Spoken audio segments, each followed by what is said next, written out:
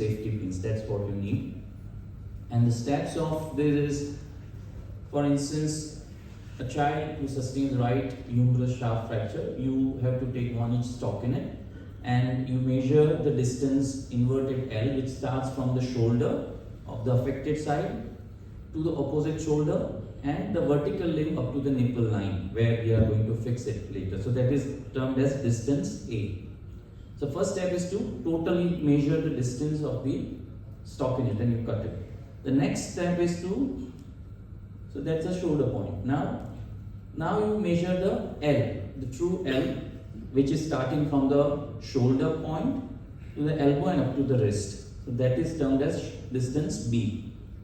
And the third, distance C, is 1.5 times the circumference of the torso. So this 3 distance you have to measure and you have to cut. So that is the total length of stockinette you will require to use.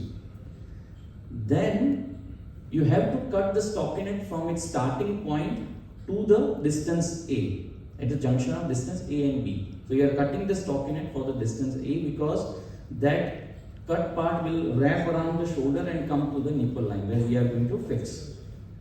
And once you do that,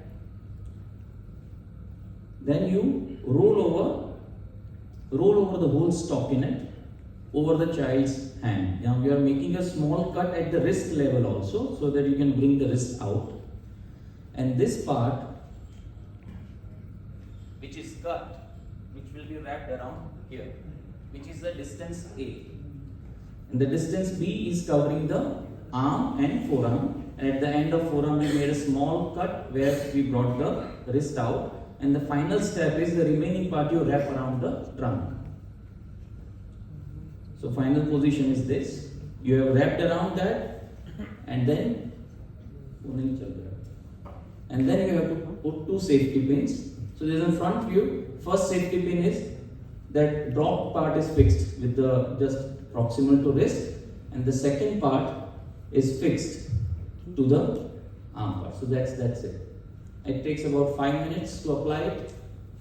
And here the child's arm is well supported, and we have been using it for last 13 years, and mothers are happy. They are not having problem in